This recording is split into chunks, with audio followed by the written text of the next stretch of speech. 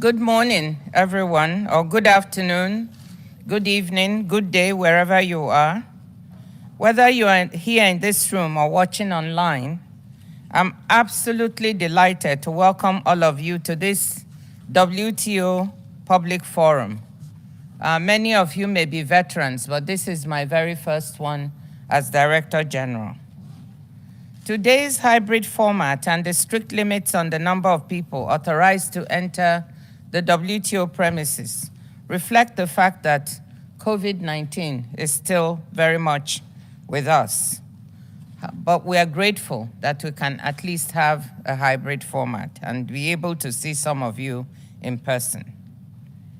Indeed, in many of our members, the pandemic and its social and economic impacts are getting worse. But even as we fight to end the pandemic, making full use of trade's power to tackle inequity, to tackle vaccine inequity, we must engage in serious thinking about what it would take to build back a better world economy. A world economy that is greener, more prosperous, and more inclusive. A world economy that is more responsive to problems of the global commons. A WTO that is more responsive to the changing economic realities and the evolving needs of the people we serve. That is what this week is all about. Civil society groups, academics, the private sector, WTO members and others have put together 102 sessions covering an incredible spectrum of issues from agriculture to digital trade, climate change to politics. 5,700 participants have registered to listen, debate, and exchange views. I look forward to listening to all of you. And I also take this opportunity to thank our incredible team that put this whole thing together. Ideas matter for trade policy, but these ideas are ultimately a means to an end. It's about using trade to make people's lives better, creating jobs, expanding opportunities, and promoting sustainability. Let's just take a moment to watch the video that's about to come on about people and trade.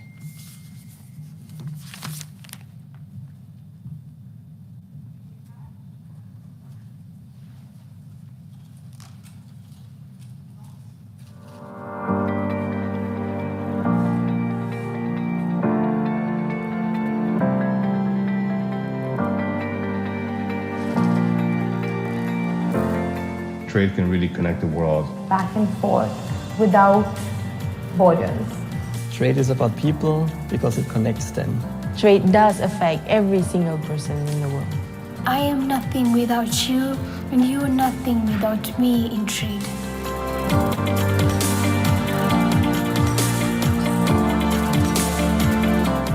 Trade is about people. It's about a woman in Karachi being able to teach a student all the way in Antwerp, Belgium, and there are no borders. I think trade plays a part in everyday's life. From my point of view, on my business, everyone in the circle is affected. For example, the artisan, the tile makers, the truck drivers, everyone is affected, even the suppliers abroad. Lorsqu'on achète de chez moi un tapis et que le monsieur qui achète ou la femme qui achète garde pour une vie, ça donnera la publicité, non seulement à mon petit commerce, mais aussi à mon pays. Pour moi, c'est un vrai ambassadeur du Maroc. Trade is about people because it connects them. We can connect people with their technology and the solutions to then act locally and be resilient with the things they want to do. Trade is about creating equitable businesses for people. Trade has allowed these consumers here in Canada to taste flavor from Africa, the bridge connecting these two worlds. We are very much organized around people. In fact, one of our phrases is meaningful connections, and is the connection we have from the weaving family all the way to your family if you're the end buyer of one of our hammocks. And because the hammock are woven, I think this also exemplifies how these connections really happen. Trade allows us to interact with different people in different cultures. Without business, there is no people, and there is no business that exists in the world that is without people. Businesses are made by people to people. We have to value the individuality. Everyone is unique, and through their knowledge, skills, and experience, we manage to build together companies with soul. So trade is definitely about people. Le commerce concerne les personnes. El comercio es alrededor de gente. Beim Handel geht es die Menschen. Comércio é sobre pessoas. Trade is about people.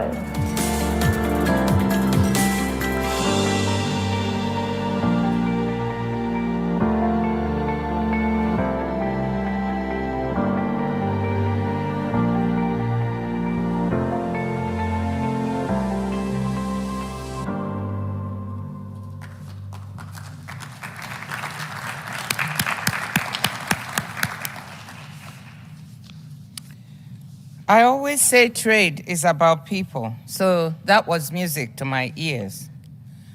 For the entrepreneurs in the video, for the businesses they run and the workers they employ, trade has been a lifeline in the pandemic. Mahin Adumji leads what used to be an in-person tutoring business in Pakistan.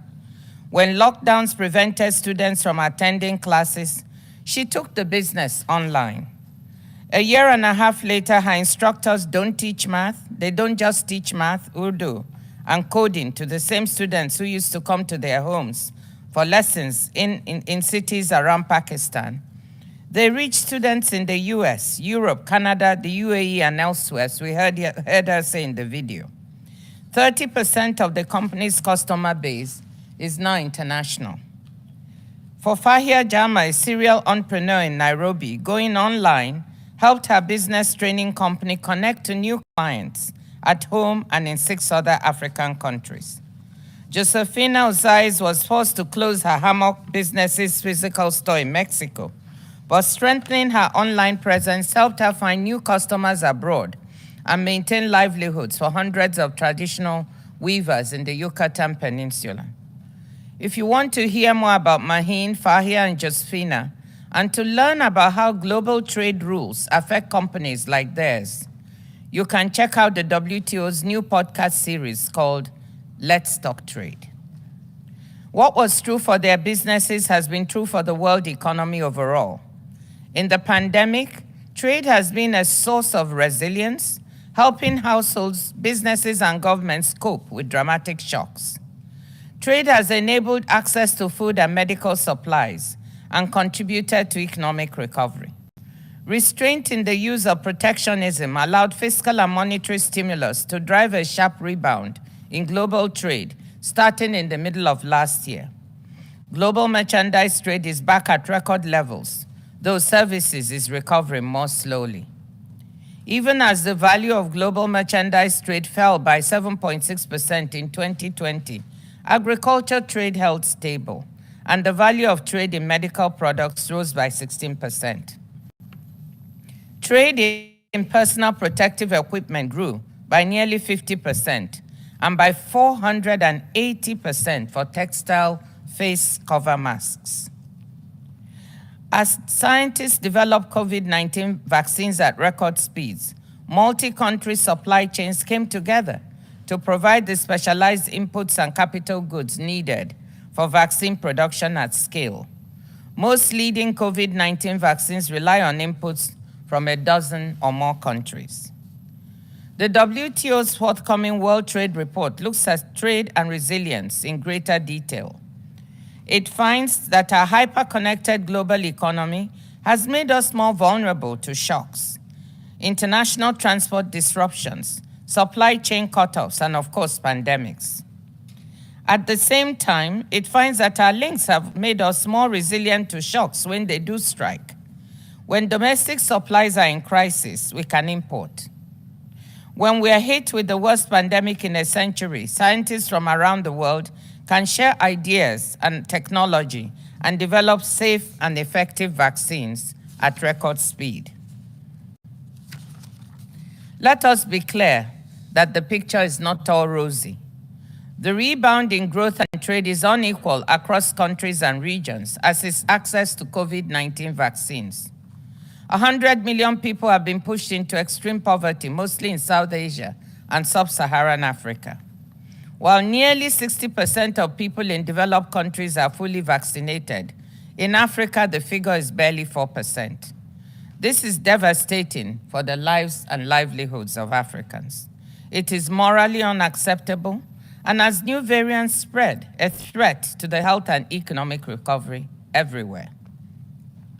The trading system can and must do more to reduce vaccine inequity and to help us tackle pressing challenges elsewhere, from our oceans to our climate.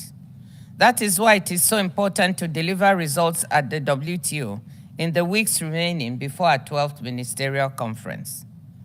To remind all of us what is at stake, it is my great honor to introduce our keynote speaker today, President Cyril Ramaphosa of the Republic of South Africa. Before taking office, President Ramaphosa was a leader in the anti-apartheid struggle, in the trade union movement, and in the democratic South Africa's business sector. President Ramaphosa has been singularly instrumental as President of the African Union in Africa's strong response to the pandemic. He has forged a One Africa response along with other leaders, helping to create the Africa Vaccine Acquisition Task Team, AVAT, the African Vaccine Manufacturers Task Force, as well as supporting the Africa CDC. President Ramaphosa has actively pursued investment in Africa's manufacturing capacity, whilst also strongly advocating for an IP waiver. His efforts and our modest support behind the scenes led Pfizer-BioNTech to announce an investment in BioVac, a South African company aimed at producing 100 million COVID-19 vaccine doses each year. Let me now hand over to His Excellency, my brother, President Cyril Ramaphosa. Mr. President, the floor is yours. Thank you very much, Your Excellencies and heads of international organizations, distinguished participants, ladies and gentlemen. I wish to thank you, my sister, Dr. Ngozi Okonjo-Iweala, for the honor of addressing this important event. We were overjoyed when we were finally installed as head of the WTO, and we can already see the benefits of having done so, because your own perspective is global and your interest is to advance the ordinary people of our world. The WTO Public Forum is a unique opportunity to hear a broad range of global voices on trade, development, and human progress. This is a particularly valuable platform as the global community confronts the COVID-19 pandemic and the devastating effect it has had on lives, on health, on livelihoods, and on society more generally. As we consider the WTO response to the pandemic, I am reminded of President Nelson Mandela's address on the occasion of the 50th anniversary of the General Agreement on Tariffs and Trade. In his remarks, President Mandela called for a WTO that recognizes the frustrations of ordinary people. He emphasized the importance of trade rules and that they should be fair. He said that special consideration must be given to developing economies and that the WTO should contribute to changing rather than defending the existing patterns of production. Importantly, President Mandela called for WTO members to forge a partnership for development through trade and investment. His message is as relevant today as it was at the time he made his statement.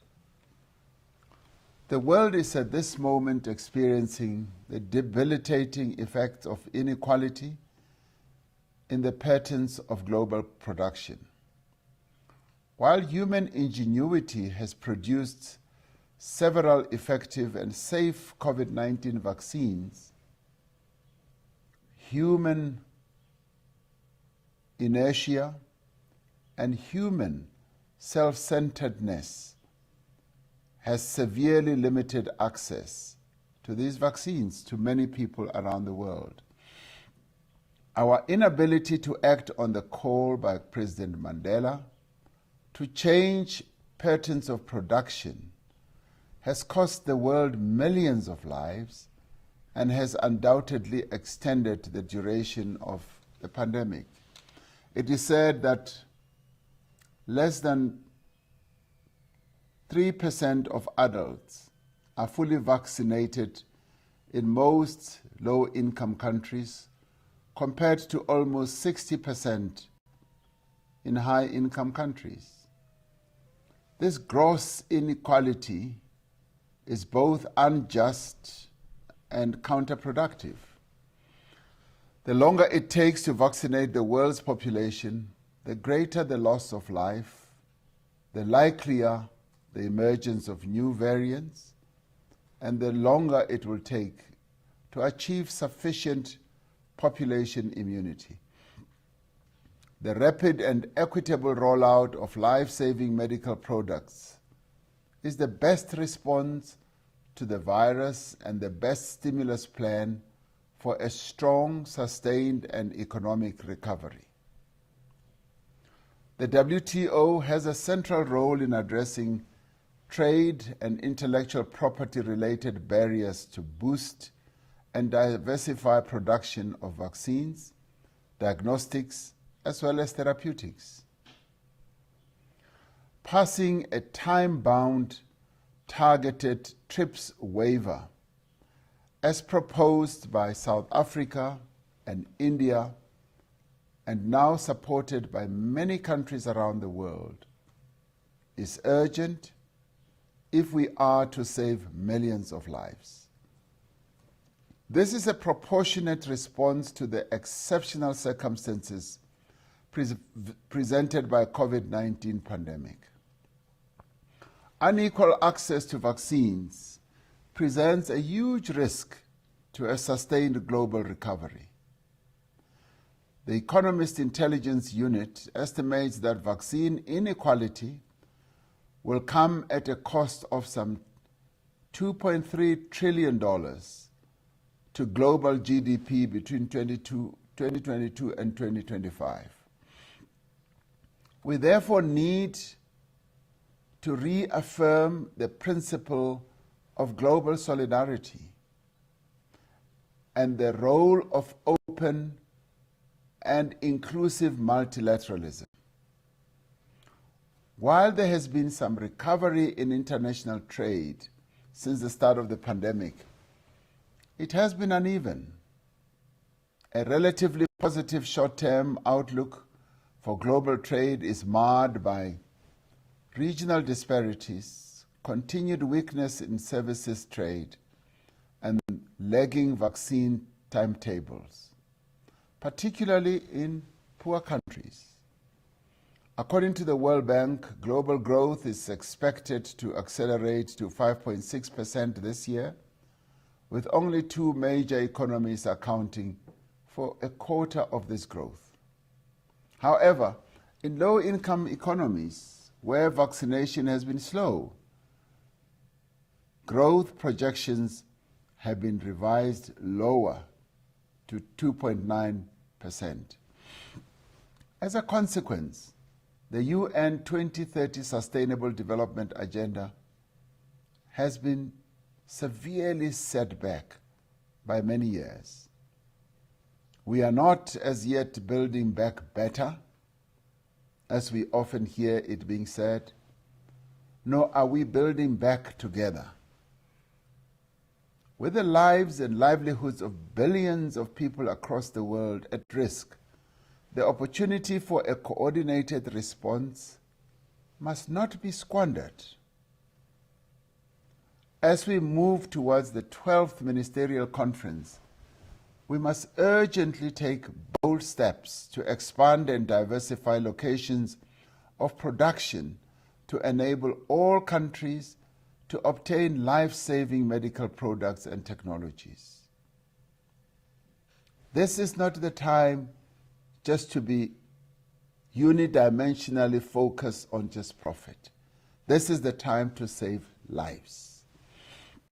The aspirations of the Marrakesh Agreement should be at the center of our actions towards a post-COVID-19 economic recovery. We need to recognize that trade is not an end in itself, but it is a means of raising standards of living, creating employment, as well as improving people's lives.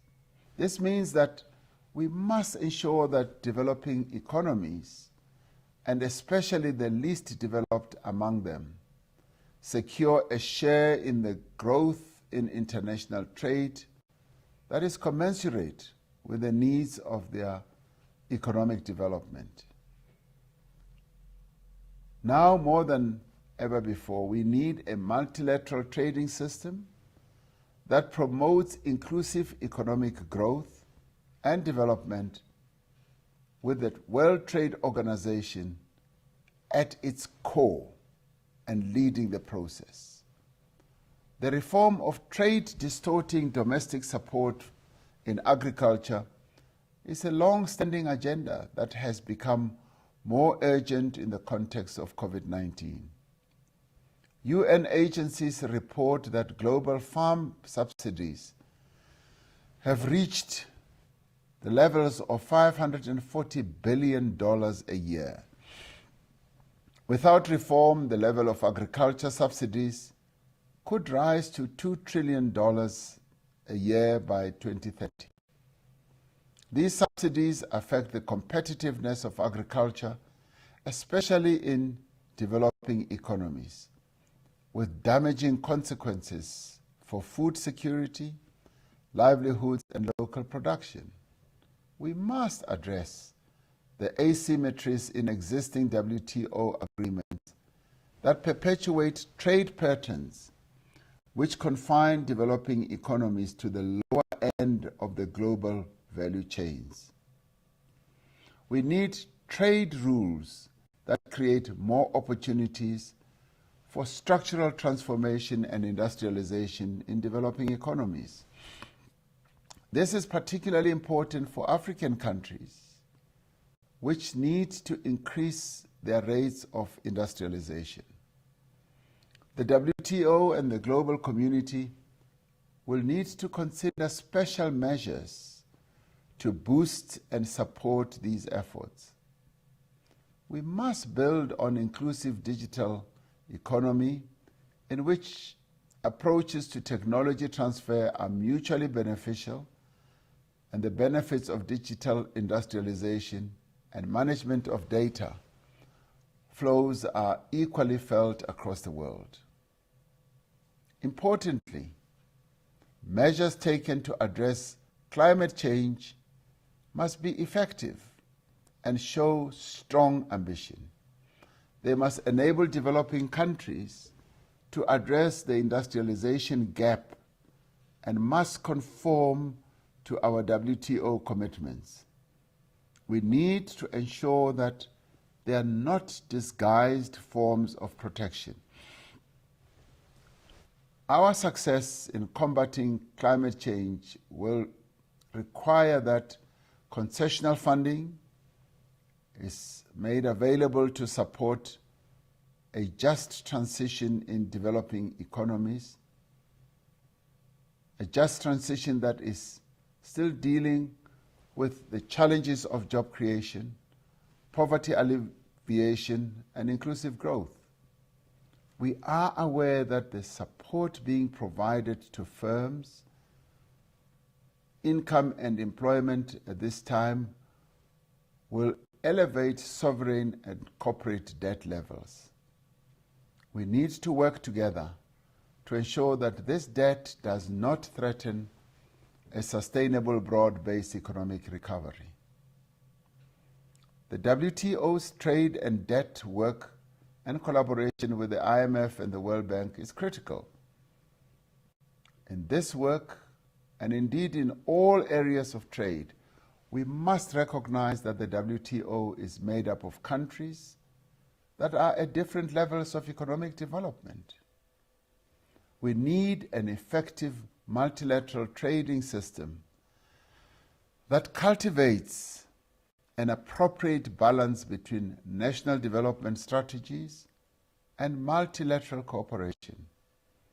We believe that the WTO is capable of finding negotiated solutions that are balanced and address the interests of all. Such agreement on issues like the TRIPS waiver is both possible and necessary if the WTO is to live up to the expectations of ordinary people, of which President Mandela spoke.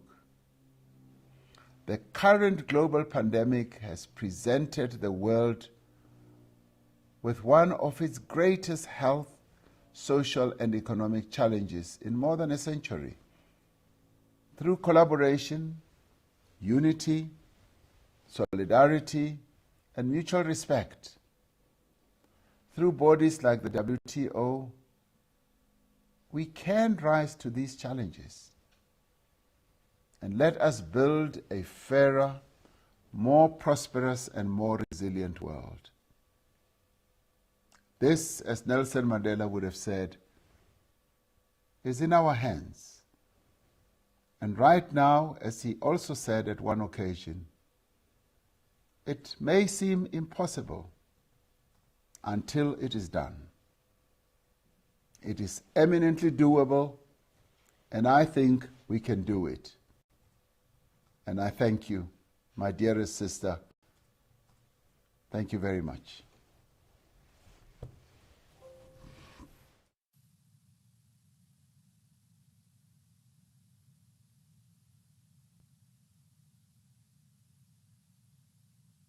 Thank you very much, Your Excellency, for those very wise words that you said to us.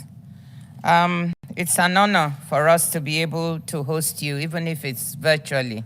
We would have loved to have you here in person, perhaps next time. Thank you. And now, without further ado, I would like to hand the floor over to our moderator, Bloomberg's Haslinda Amin, who is far more competent than me to run the occasion. Thank you. Dr. Ngozi, thank you so much for that. Hello, hola, salam,